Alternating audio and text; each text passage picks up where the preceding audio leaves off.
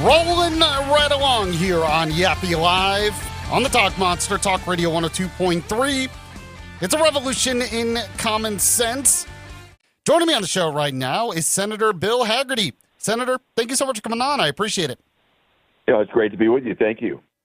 So in the last segment, I was playing this cut from Scott Jennings, who I call the voice of reason of CNN. I'm the voice of reason of Tennessee. But he said something that I think is a good line that I'm encouraging every Republican lawmaker to repeat. He said, the Republican ethos is hard work. The Democratic ethos is government dependency. And he was talking about the reforms to Medicaid in the big, beautiful bill. Would you agree with him on that?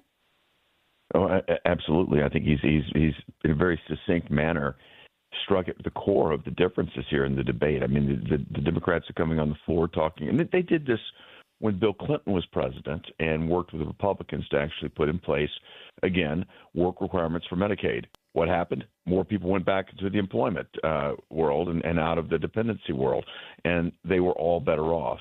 Incomes rose, and people found themselves in a better place. Same arguments here today because the Democrats just hate taking any individual off of a government program. These programs should be designed as a bridge, simply a way to get you through a hard time.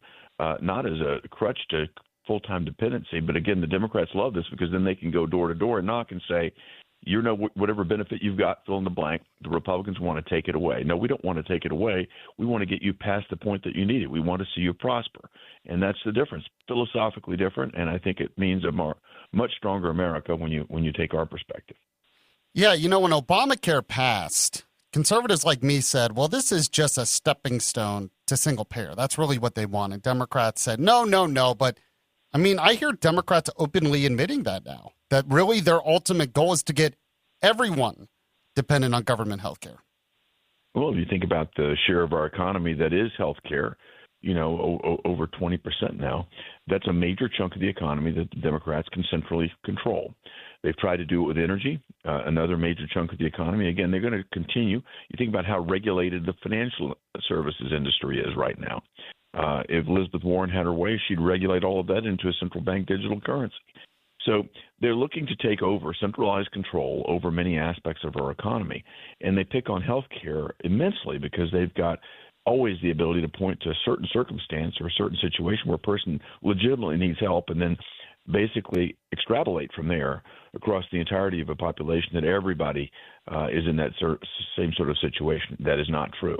And I think if you poll people, Democrats, Independents, Republicans, and ask them, should an able-bodied person that doesn't have people dependent on them be responsible for working as opposed to, you know, not be responsible for working and getting free government benefits, I think they would say, yes, they should be working. And you think about the dignity that goes along with that and the path to prosperity that comes.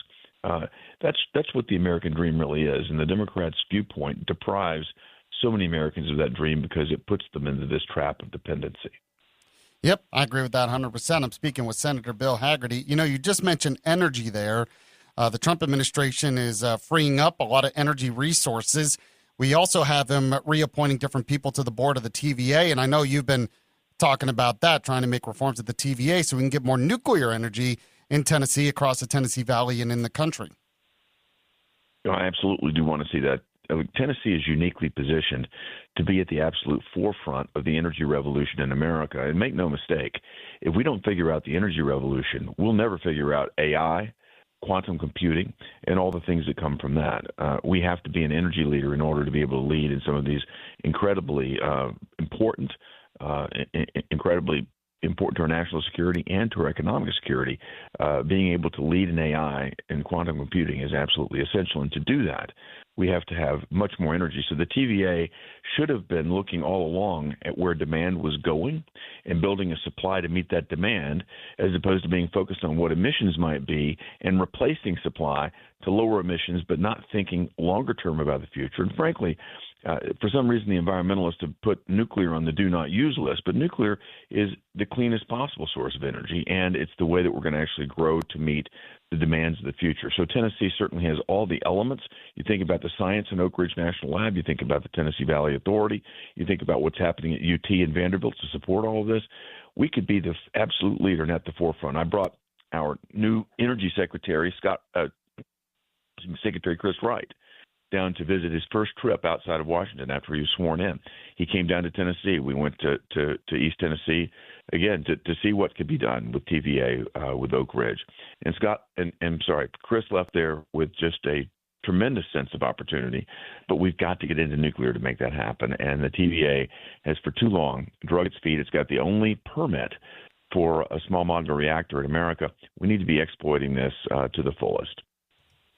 Yeah, I think so. I always bring that up when it comes to nuclear energy that, I will take the global warming activists a little bit more seriously if they take nuclear energy seriously. Because if it really is an emergency, like they say it is, then you would want as much nuclear energy as possible for the reasons you cited. But a lot of times you're right. The environmentalists are just like, no.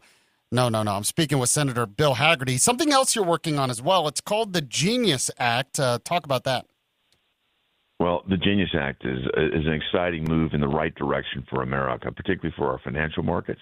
If you think about it, the United States has enjoyed for years the most competitive, the deepest financial markets in the world. That's led to the United States currency, the U.S. dollar, being the reserve currency of the world. You've got other players like China, like Russia, like Iran, like many others that are sort of chipping away at that. They like to see another currency as the reserve currency. I'm sure the Europeans would like to see that as well. And we have seen dollar dominance erode. This is a way to bring it right back and to put it in the other way, to take the adverse position. If we don't do this, other nations will, because we'll find ourselves left back in the 19th century. What the stable coin legislation I put forward does, it's called the Genius Act, is it legitimizes the use of digital currency in America. It's a stable coin, which means it's pegged 1-to-1 to the U.S. dollar. It's backed up dollar for dollar by short-term U.S. Treasury, so very solid collateral behind it. And what it allows us to do is move over to the blockchain to navigate transactions with these digital currencies. That allows us to become much more efficient in terms of using these payment mechanisms. If you look at the payment mechanism that's in place today, particularly if you do a transaction overseas, it takes 5 to 10 days to clear. Think about it. If you're a small business, medium-sized business, your receivables are tied up for 5 or 10 more days. That's money that will come right out of the system, back into working capital, back into the economy. If you think about the risk on the other side, let's say your counterparty goes bankrupt during that 10-day period. You don't have that risk anymore because these transactions are almost instantaneous. And by putting the dollar back at the forefront, I think people all over the world, business people, individuals, et cetera, will want to hold dollars more than any other currency, and it's going to really help stimulate dollar dominance, dollar demand, and frankly, it's going to stimulate demand for U.S. Treasuries at a time where our debt is too large. We've got to work it back down, and this will help us lower the cost of U.S. Treasuries because of the increased demand. By lowering the cost of those Treasuries, we'll lower the interest rate that the federal government has to pay on this debt until we can get it worked to a better place. Oh, that's a good selling point right there, the last part, because you're right. The debt, the interest rates, pretty big problem. Do you think you'll get bipartisan support for this? We already do have bipartisan support. That was not the case in the prior administration because a Democrat controlled the banking committee gavel. Democrats, controlled the Senate. They had the chair, and they did not want to see this go. They want a centralized currency. This is a decentralized currency, and they want it centralized. They want to control our transactions and see them. Elizabeth Warren is now the ranking member. She's not the chair. She's the ranking member. She did everything she could to block it and stop it. I went back and forth with her for 4 hours in the banking committee as we brought this legislation forward. And at the end, she was only able to hold half the Democrats on the committee with her. The other half came and joined me and every Republican to vote for it. We put it on the floor of the Senate. Elizabeth Warren, again, tried everything she could to block it, to stop it, and it was a tough road to navigate, but we got it to the Senate with strong bipartisan support, 68 votes at the end of the day, which we needed 60 to pass it. So we were able to bring Democrats over to help, and we I think really conveyed. You could look at it. The Democrats that were more recent to the Senate, the younger Democrats, have been able to engage and get their arms around what this means for the U.S. economy. The older shirts and skins players just say, well, we can't allow the Republicans to have a win. We can't allow President Trump to have a win, so we're going to vote against it. And Elizabeth Warren I don't think it's either of those. I think it's the fact that she wants to have a centralized digital currency. There are other Democrats that want to do this too. That would have, a centralized issuer, a government issuer of currencies, and a government, therefore, that can control and see all transactions in America. And let's just say you might have driven a little bit further last week than the government wants you to. Your emissions might be a little bit higher than they want, so they might constrain your ability to buy gas next week, or heaven forbid.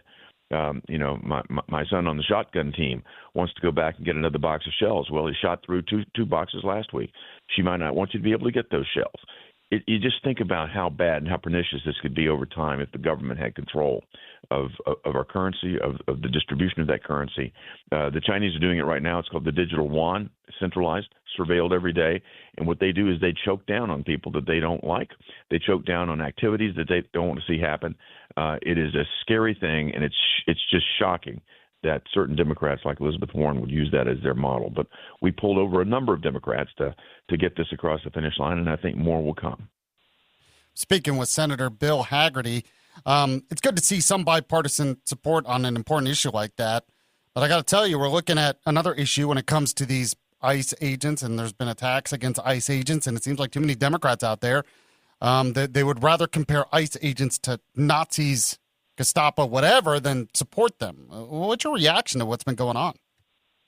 I think it's very dangerous. The rhetoric that the Democrats have been using, calling people Nazis, calling people Hitler. Look, Trump had 2 assassination attempts that I think were, the direct product of this rhetoric. And you get people that are impressionable online hearing this stuff, believing it. The people that are saying this are elected officials. They should be credible. They're not. But to the extent that they can create some sort of false impression like this, it really does put lives in danger. And what we've seen is a 600-fold increase, or I'm sorry, a 600% increase, a 6-fold increase in attacks on ICE agents. That's happened just since they've come up with this new app to help identify where ICE agents are located and either avoid them or attack them, depending on what your perspective is. That should be illegal. I saw the young man interviewed that did this, proudly saying he defied the Trump administration to come after him. I hope they go after him with everything they've got, because what he's doing is creating a mechanism that puts the lives of law enforcement officers in danger here in America. That should never happen. I agree with that. I'm extremely concerned that either something's going to happen to an ICE agent or an ICE agent's going to have to defend themselves, which they would have every right to do, but then we'll see the reaction to that. I'm guessing you're kind of worried about that as well. Well, I'll share one thing with you that really baffles me. You hear these blue state sanctuary cities folks say they're not going to cooperate with ICE. They issue orders. A mayor will say, we're not going to allow our police force to turn people over that we have in detention to ICE. So what they do is they get these people in jail. They realize they can't charge them because the person's not a citizen. They don't have the ability to go through all the rigmarole to try to charge somebody that's not even, not even an American citizen. But they don't call ICE. So what happens? The person is released into the community. Well, ICE agents are now going after them. But now you've got to spend 4 and 5 times the amount of resources to go and get them. Other people are getting picked up in the process. The Democrats are clutching their pearls over that. But they're the cause of this because they're dumping these criminals back into the communities. The ICE agents now, instead of just going and picking the person up in jail, taking them and incarcerating them and moving through the process, they've now got to go and find them. They've got to do a sweep, and it's taking much more resources. It's much more dangerous for everybody involved, and frankly, more people are going to get caught up in the sweep as a result of all of this. Again, the Democrats say one thing, they don't think it through. The second and third order effects of this: more danger, more risk, and a lot more cost to get it all done. Senator Bill Hagerty, I really appreciate you coming on the show. As always, I hope to talk to you again in the future. Great to be with you. Thank you.